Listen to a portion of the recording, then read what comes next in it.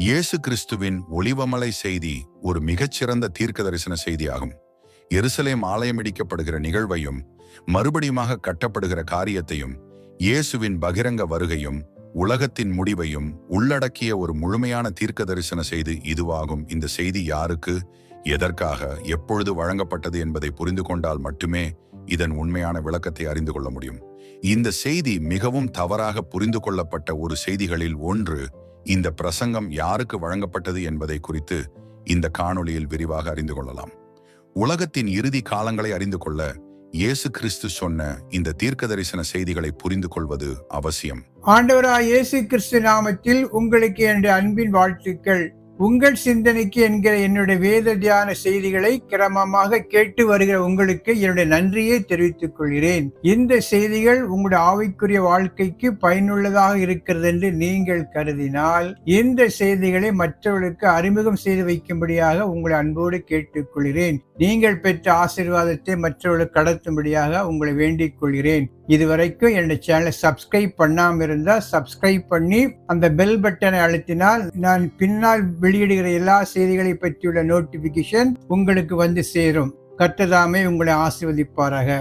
இன்றைக்கு நாம் தியானிக்கக்கூடிய கருப்பொருள் செய்தி எதனை அடிப்படையாக கொண்டிருக்கிறது என்றால், ஆண்டவராய் இயேசு கிறிஸ்து கல்வாரிக்கு செல்வதற்கு முன்பாக, தன்னுடைய மரணத்தை நோக்கி செல்வதற்கு முன்பாக ஒலிவ மலையில் இருந்து தன்னுடைய சீசர்களுக்கு பிரசங்கித்த அந்த காரியங்களை குறித்து நாம் தியானிக்கலாம். இதற்கு பேர் ஒலிவ மலை பிரசங்கம் என்று சொல்வார்கள். இந்த பிரசங்கம் என்பது மிக மிக முக்கியமான பிரசங்கம். இந்த பிரசங்கம் மத்தேயு 24வது அதிகாரம், லூக்கா 21வது அதிகாரம், மார்க்கு 13வது அதிகாரம், இந்த 3 நற்செய்தி நூல்களிலும் இது காணப்படுகின்றது. இதை முழுமையாக நீங்க படித்து பார்க்க வேண்டும். ஒரு சில நற்செய்தி நூலில் ஒரு சில காரியங்களும், இன்னொரு நற்செய்தி நூலில் வேறு சில காரியங்களும் சொல்லப்பட்டிருக்கும். எனவே இதை பற்றிய முழுமையாக நீங்க கற்றுக்கொள்ள வேண்டும் என்றால் இந்த 3 நற்செய்தி நூல்களிலும் சொல்லப்பட்டிருக்கிற அந்த காரியங்களை நீங்கள் சேர்த்து படித்தால் உங்களுக்கு புரியும். அது மாத்திரமல்ல, இந்த செய்தி என்பது இந்த ஸ்னாப்டிக் காஸ்பல் என்று சொல்லப்படுகிற மத்தேயு, மார்க்கு, லூக்கா என்று சொல்லப்படுகிற இந்த 3 நற்செய்தி நூல்களிலும் இதுதான் மிகப்பெரிய பிரசங்கமாக கருதப்படுகிறது. அது மாத்திரமல்ல, இந்த செய்தி தான் மிகப்பெரிய தீர்க்க தரிசன காரியங்களாகவும் காணப்படுகின்றது. உலகத்தினுடைய முடிவை பற்றியும், எருசலேம் தேவாலயத்தினுடைய இறுதி காலத்தை குறித்தும், ஆண்டவருடைய வருகை குறித்தும் மிக தெளிவாக சொல்லப்பட்டிருக்கிற ஒரு தீர்க்க தரிசன செய்தி தான் இந்த மலை பிரசங்கம். இந்த செய்தி என்பது பலரால் தவறால் புரிந்து கொள்ளப்பட்ட ஒரு செய்தி. இந்த செய்தி யாருக்கு இயேசுக்கு சொன்னார், எதற்காக இதை சொன்னார், ஏன் சொன்னார் என்பதை பற்றியுள்ள சில அடிப்படையான காரியங்களை நீங்கள் கற்றுக்கொண்டால் இந்த செய்தியினுடைய உண்மையான தாற்பயத்தை, உண்மையான விளக்கத்தை நீங்கள் அறிந்து கொள்ளலாம். மேலெழுந்து வாரியாக பார்க்கும் பொழுது பலவிதமான தவறான வியாக்கியானங்களுக்கு அது வழிவகுத்துவிடும். எனவே இந்த செய்தி ஏன், எதற்காக, எப்படிங்கிற பார்வையில் முதலாவது நாம் பார்க்கலாம். இந்த செய்தியை அவர் தனிப்பட்ட முறையில் 4 சீடர்களுக்கு பகிர்ந்து கொண்டார். அந்திரியா, பேதுரு, யோவான், யாக்கோப் என்கிற 4 சீடர்களுக்கு அவர் பகிர்ந்து கொண்டதாக இந்த 3 நற்செய்திகள் மூலமாக நான் அறிந்து கொள்ளலாம். ஏன் இந்த அவர்களுக்கு மட்டும் சொன்னார் என்றால் அதில் ஒரு முக்கியமான ரகசியம் இருக்கிறது.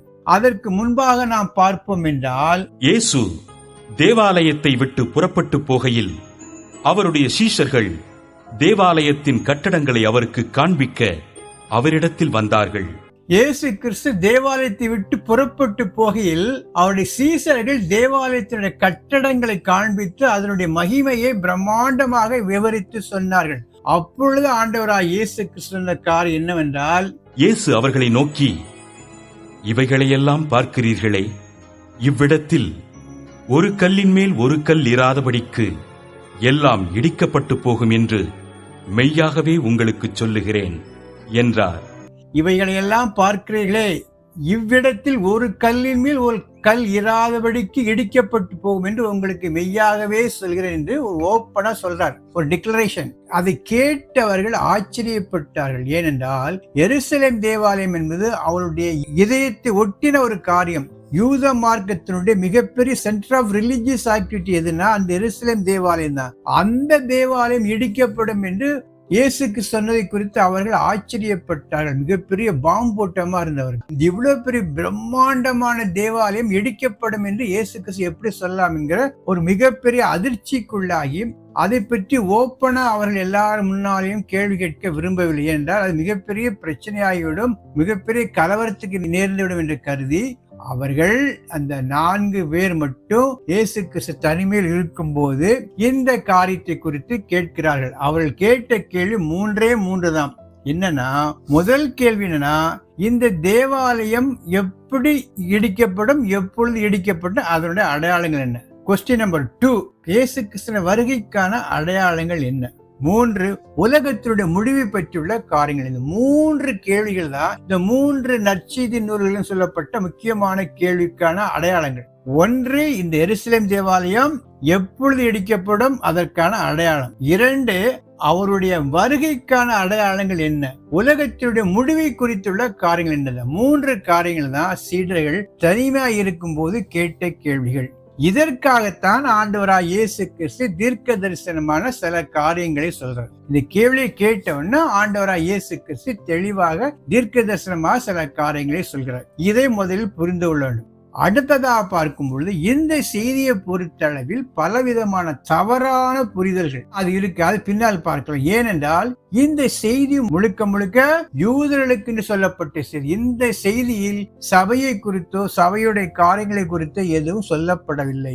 யூதர்கள் கேள்வி கேட்கிறார், இந்த தேவாலயம் எப்பொழுது இடிக்கப்படும், எதனால் இடிக்கப்படும், நீங்க எப்ப வருவீங்க, உலகத்தை முடிவு என்று சொல்லி எல்லாமே யூதர்களை பேஸ் பண்ணி தான் இந்த முழு பிரசங்கமும் அமைந்திருக்கிறது என்று சொன்னால் அது எந்த சந்தேகமும் இல்லை. எனவே ஒரு கருத்தை நாம் வியாக்கியானம் பண்ணும் பொழுது இந்த காரியங்களை நாம் மனதில் வைத்துக் கொண்டுதான் இந்த பிரசங்கத்திற்கான ஒரு விளக்கத்தை நாம் சொல்ல வேண்டும். அடுத்ததாக பார்க்கும் பொழுது இந்த செய்தியை அவர் எப்பொழுது தன்னுடைய சீடர்களோடு பகிர்ந்து கொண்டார் என்றால், கல்வாரிக்கு செல்வதற்கு முன்பாக, சிலுவை மரண பாடுகளுக்கு முன்பாக இந்த காரியத்தை அவருடைய சீடர்களோடு பகிர்ந்து கொண்டார். அதாவது இந்த தேவாலயத்தை சுத்திகரித்து என்னுடைய ஆலயத்தை கள்வர்களுடைய குகைகளாக மாற்றிவிட்டீர்கள் என்று மிகப்பெரிய புரட்சியை பண்ணி கடினமான வார்த்தையில் சொன்னதுக்கு அப்புறம் ஆலயத்தை விட்டு வெளியே வர்றாரு.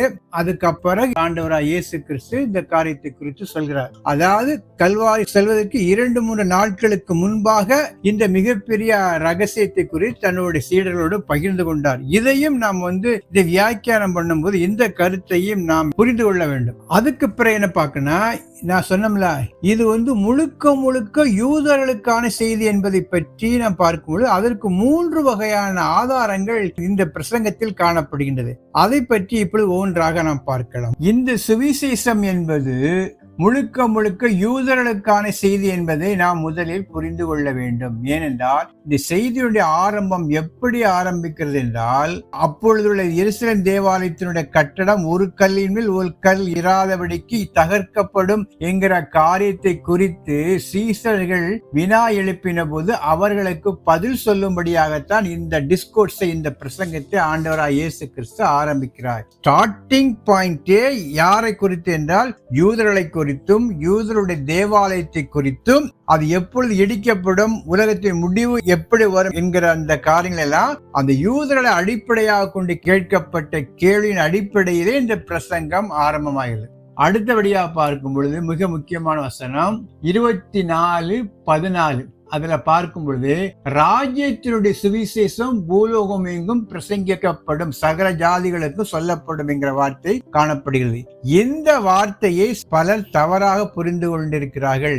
ராஜ்யத்தினுடைய சுவிசேஷம் என்பது வேறு, புதிய ஏற்பாடு சொல்லப்படிய அந்த கிருபையின் சுவிசேஷம் அல்லது the gospel of Christ என்பது வேறு. இந்த ராஜ்யத்தின் சுவிசேஷத்தான் ஆண்டவராய் இயேசு கிறிஸ்து யூதர்களுக்கு பிரசங்கித்தார். அதை தன்னுடைய 12 சீசர்களுக்கு சொல்லி காணாமல் போன ஆடுகளாய் இஸ்ரவேலருக்கு அறிவிக்கும்படியாக அந்த சீடர்களுக்கும் அதை பிரசங்கிக்க சொல்லி அனுப்பி வைத்தார். இது இந்த ராஜ்யத்தின் சுவிசேஷம் என்பது மேசியாவை பற்றியுள்ள காரியம். அது யூதர்களுக்கான சொல்லப்பட்ட நற்செய்தி. இதற்கும் புதிய ஏற்பாடு சொல்லப்பட்ட கிருபையின் நற்செய்திக்கு மிகப்பெரிய வித்தியாசம், இரண்டும் ஒன்றல்ல. அது மாத்திரமல்ல, வெளிப்படுத்த விசேஷத்துல பார்க்கும்பொழுது கடைசி நாட்கள்ல இந்த செய்தியை உலக மக்களுக்கு யூதர்கள் தான் அறிவிப்பார் என்று சொல்லப்பட்டிருக்கிறது. யூதர்கள் தான் இயேசு கிறிஸ்து வருகையை குறித்து, அவர் உலகத்தில் ஒரு ராஜ்யத்தை ஸ்தாபிக்க போற அந்த காரியத்தை குறித்து யூதர்கள் உலக மக்களுக்கு அறிவிக்கிற அந்த காரியம், இது ராஜ்யத்தின் செய்தி, இயேசு கிறிஸ்து நற்செய்தி இல்லை. ஏன்னா சபை எடுத்துக்கொள்ளப்பட்ட பிறகு சுவிசேஷத்திற்கு இந்த உலகத்தில் வேலையில்லை. அதற்கு பிறகு யூதர்கள் அறிவிக்கின்ற இயேசு கிறிஸ்துவனுடைய ராஜ்யத்தை குறித்து அறிவிக்கின்ற அந்த ராஜ்யத்தின் செய்தியை தவிர இயேசு கிறிஸ்துவனுடைய கிருபையின் சுவிசேஷம் ஆண்டவருடைய நற்செய்தி அல்ல என்பதையும் நாம் புரிந்து கொள்ள வேண்டும். அடுத்தபடியாக முக்கியமான காரியம் என்னவென்றால், மத்திய எழுதின சுவிசேஷம் 24வது அதிகாரம் 20வது வசனம். நீங்கள் ஓடிப்போவது மாரி காலத்திலாவது ஓய்வு நாளிலாவது சம்பவியாதபடிக்கு வேண்டிக் கொள்ளுங்கள். இதுல என்ன பார்க்கிறோம் என்றால், ஆண்டவர் ஒரு வார்த்தை சொல்கிறார், இந்த உபத்திரவத்தின் நாட்கள் ஓய்வு நாளில் வராதபடிக்கு ஜெபித்துக் கொள்ளுங்கள். ஏனென்றால் ஓய்வு நாள்ல யூதர்கள் எங்கேயும் டிராவல் பண்ணக்கூடாது, ஓய்வு எடுக்க வேண்டிய அந்த நாள்ல மிகப்பெரிய உபத்திரங்கள் ஏற்பட்டால் அவங்க மோசேயுடைய பிரமாணத்தின் கட்டுப்பாட்டின்படி அவர்கள் அங்கே தங்கி இருப்பார்கள். அவர்களுக்கு அதிகமான பாதிப்பு ஏற்படும். அதனால நீங்க அந்த நாளில் இந்த பாதிப்பு ஏற்படாதபடிக்கு ஜெபித்துக் கொள்ளுங்கள் என்று சொல்லும் பொழுது, இந்த முழுக்க இந்த மகா உபத்திரவத்தின் நாட்கள் யூதர்களுக்கான செய்தி என்பதை இந்த இடத்தில் ஆண்டவர் தெளிவாக சொல்லி இருக்கிறார். இதுவும் ஒரு முக்கியமான குறிப்பாக எடுத்துக்கொள்ள வேண்டும். அடுத்ததாக, முடிவு பரியந்தம் நிலை நிற்பவனே ரட்சிக்கப்படுவான் என்கிற வார்த்தை சொல்லப்பட்டிருக்குது.